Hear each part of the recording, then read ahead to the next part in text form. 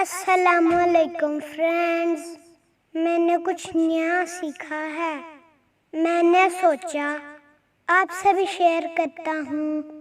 जब हम घर से बाहर जाते हैं तो दरवाज़ा खोलते हुए बिस्मिल्लाह कहते हैं, और जब वापस आते हैं तो दरवाज़ा बंद करते हुए अल्हम्दुलिल्लाह कहते हैं। जब स्टडी शुरू करते हैं बिस्मिल्लाह पढ़ते हैं। जब बुक्स बंद करते हैं तो अल्हम्दुलिल्लाह कहते हैं।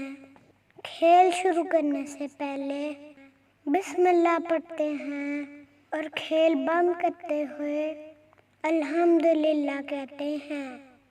खाना शुरू करते हुए बिस्मिल्लाह कहते हैं और खाना ख़त्म करते हुए अल्हम्दुलिल्लाह कहते हैं। ड्रेस चेंज करने से पहले बिस्मिल्लाह पढ़ते हैं और उसके बाद अल्हम्दुलिल्लाह। सोने से पहले क्या पढ़ते हैं? बिस्मिल्लाह। सुबह उठते हुए क्या कहते हैं? अल्हम्दुलिल्लाह। आपने देखा, हर काम से पहले बिस्मिल्लाह पढ़ते हैं और हर काम के बाद अल्लाह का शुक्र अदा करते हैं। अल्लाह कहता है, मेरा जिक्र सबसे ज़्यादा होना चाहिए।